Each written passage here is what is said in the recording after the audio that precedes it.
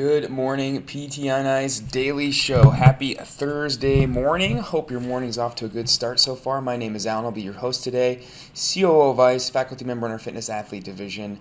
Happy to be here on Leadership Thursday. It's also Gut Check Thursday.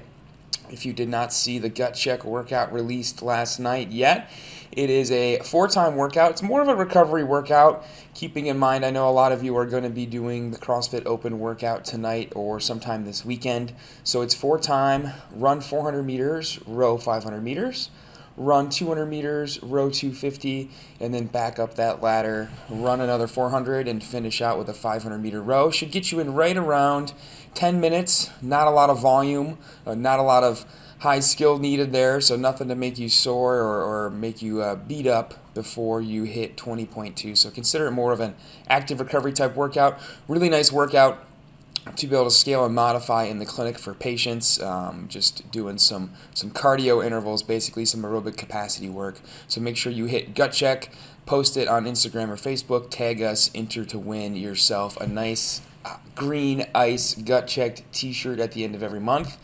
We have 20.2 being released tonight. Some predictions. It's going to involve squats, maybe, or be a quick burner that's going to make you maybe puke a little bit with the hint from Dave Castro of just a picture of green grass. So looking forward to that announcement this evening.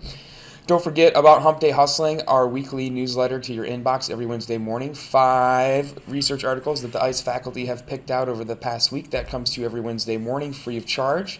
Go to ptonice.com, scroll to the bottom, and sign up for Hump Day Hustling.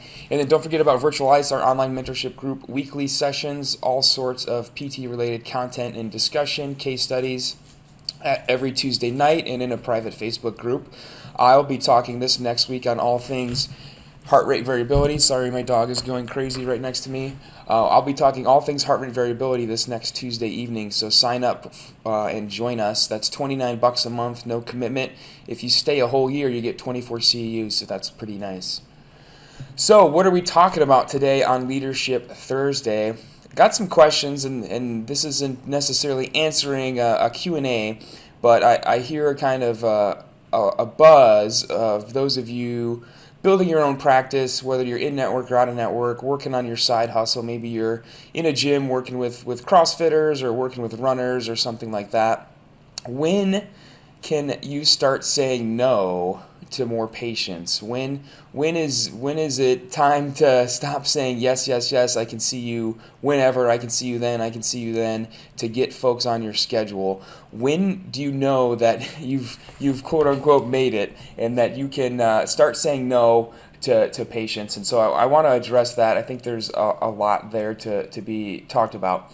So when you're building your practice out, whether you are a full-time clinician and growing your own practice in network, out of network, or just trying to pick up some patients on the side outside of normal work hours, the first thing is you have to recognize that we're talking about maneuver warfare, right?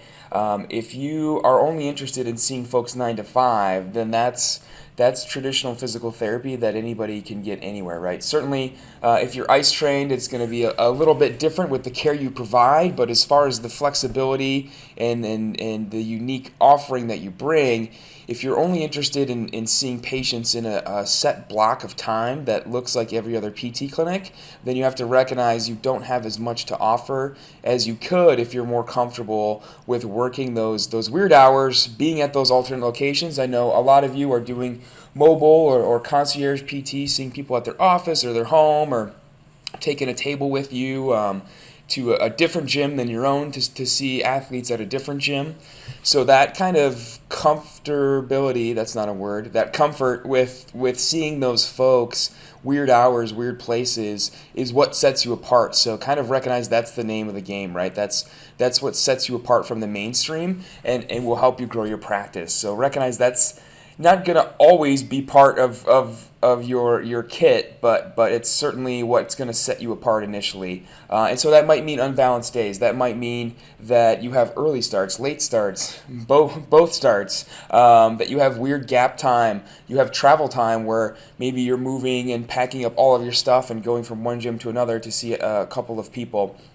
and that's kind of the name of the game. And I don't know that will ever change. Certainly, we'll talk about ways that can be more flexible. But that's kind of the name of the game. I think something that our own Sarah Heron says in the first week of her out of network course. So she takes you through opening up your own out of network practice, but in reality, she takes you through opening your own clinical practice in general through the course of 8 weeks.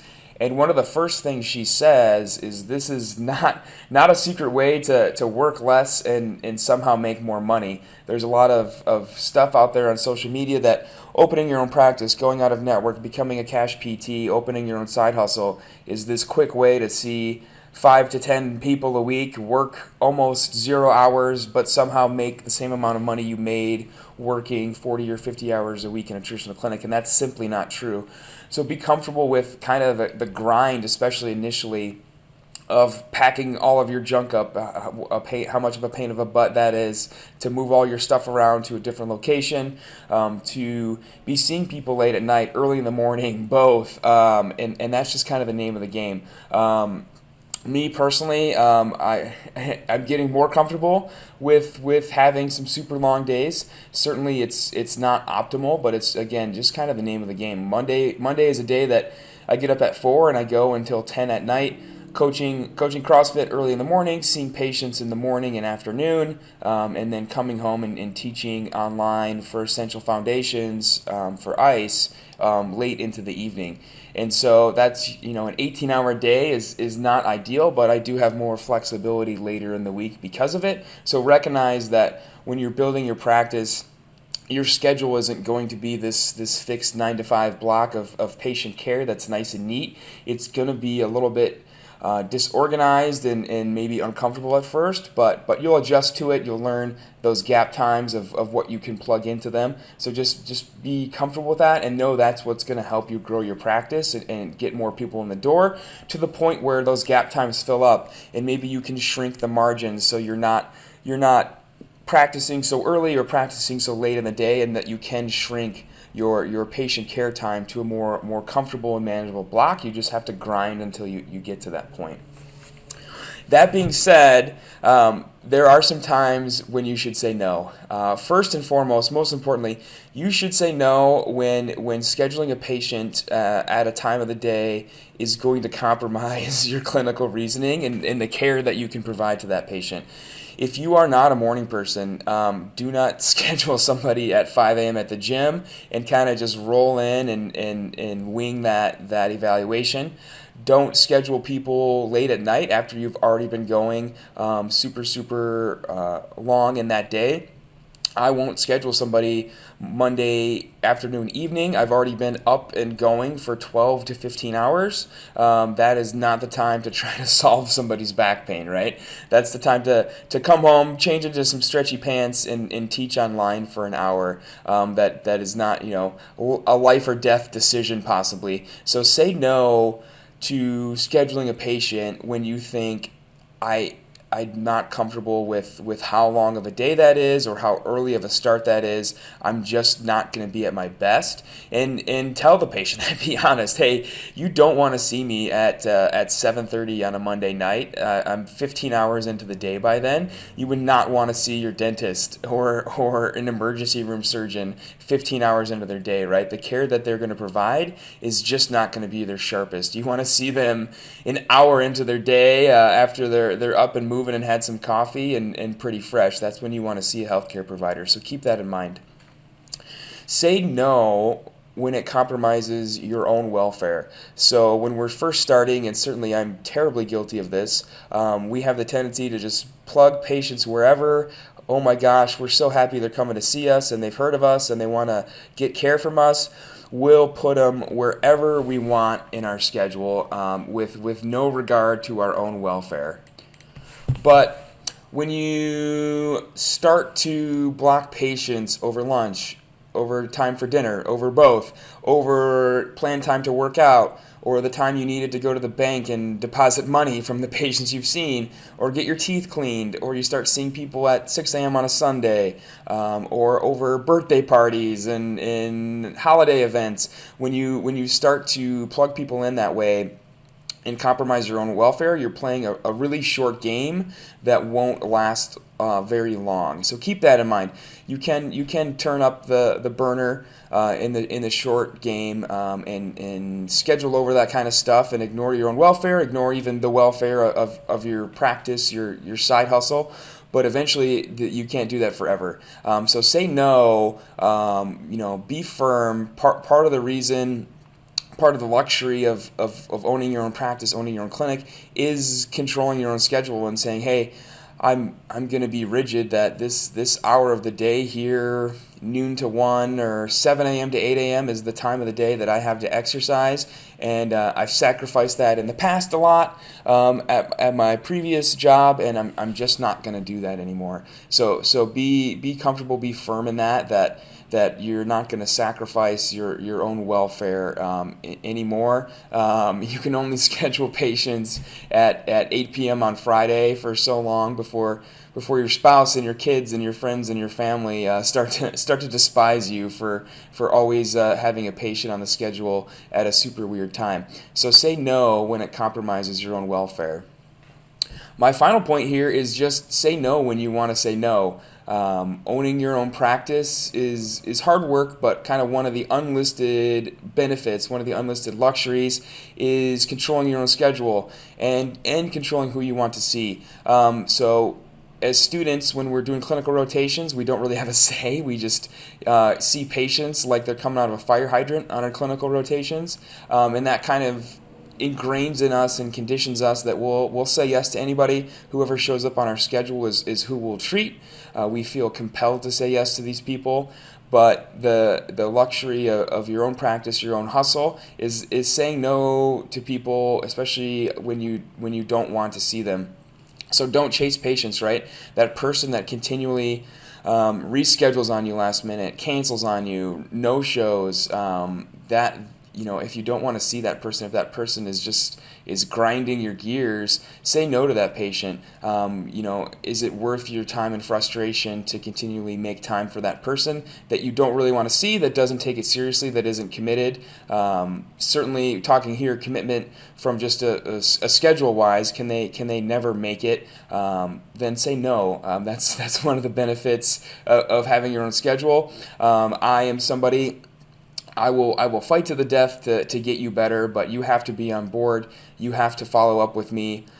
Here at Health HQ with Mitch and myself, we're a little bit more non-traditional. We aren't seeing most people multiple times a week. We have a couple patients each that we're seeing 2 or maybe 3 times a week. But most of our folks, especially our athletes from the gym, we're seeing once a week, once every 2 weeks, and with that comes the responsibility on them to check in with us, to let us know how they're doing.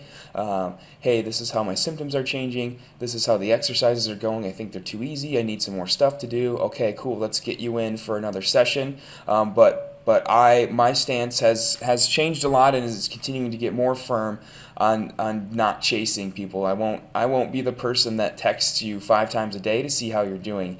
If you're not that invested in your own welfare, then I'm not going to be either. And I don't say that from a mean point of view. I certainly care about how those people progress and how they're doing, but I have limited time in my day to spend checking in with all of those folks. It's as simple as answering a text message. Most folks are really good about it. They're really on board with it, but some are just not. And so I don't chase those people. I don't chase those people down. It's not worth the anguish on my end to keep them on my schedule in that regard. So say no to people when you just want to say no to them. When maybe you don't think you can help them, maybe you're not the right person, maybe it's not a good fit between you personality-wise, or when it's just not a good fit schedule-wise.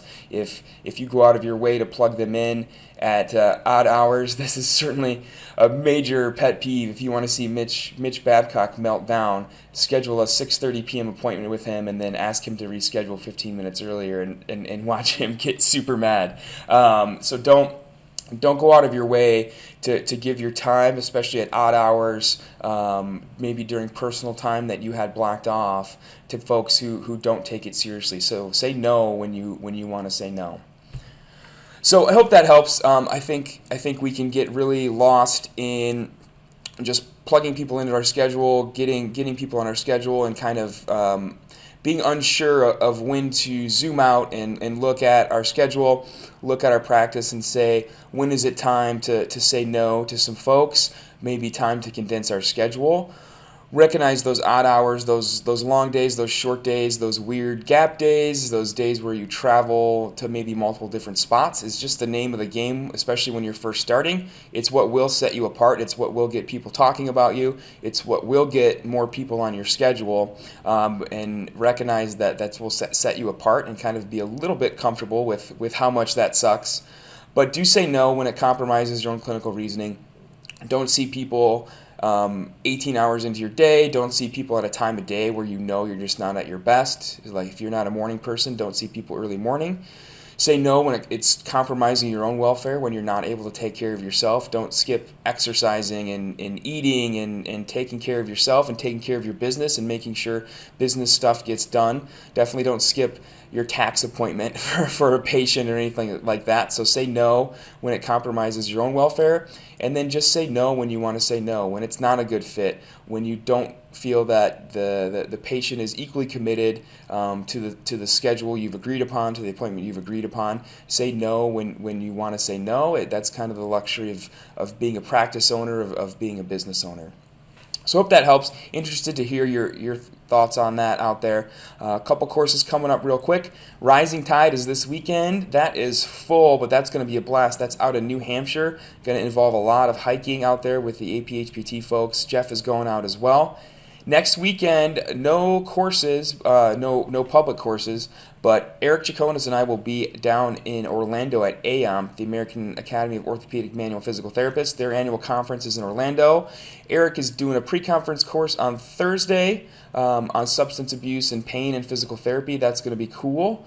I will be presenting Friday night, talking about, of course, fitness athlete type stuff, talking about improving load management and load prescription, and also utilizing the deadlift and squat in traditional clinical practice. That will be on Friday.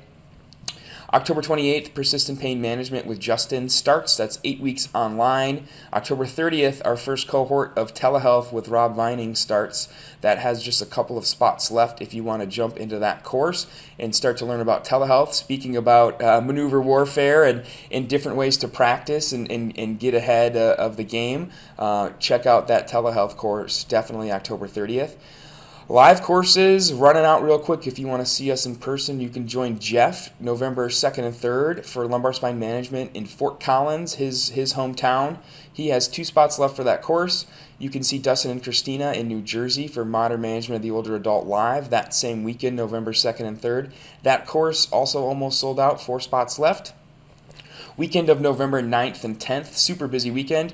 Zach will be out in Los Angeles for Fitness Athlete Live. That course, also only 4 seats left.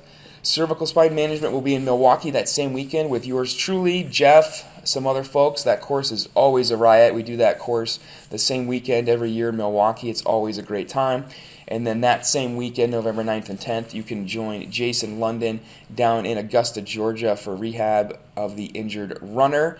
That will be the last injured runner course of the year as well. So winding down the year here, a little sprint towards the end, the last couple weekends of November with our live courses before we shut it down for a few weeks around the holidays. So come see us on the road. Make sure you hit Gut Check Thursday. Good luck if you're doing 20.2. Sign up for Hump Day Hustling and check out Virtual Ice. That's all I have for you all. Have a great Thursday. Have a great weekend. Bye, everybody.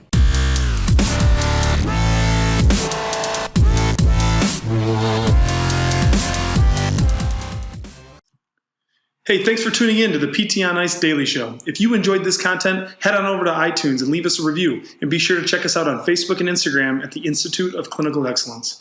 If you're interested in getting plugged into more ICE content on a weekly basis while earning CEUs from home, check out our Virtual ICE online mentorship program at ptonice.com. While you're there, sign up for our Hump Day Hustling newsletter for a free email every Wednesday morning with our top 5 research articles and social media posts that we think are worth reading. Head over to ptonice.com and scroll to the bottom of the page to sign up.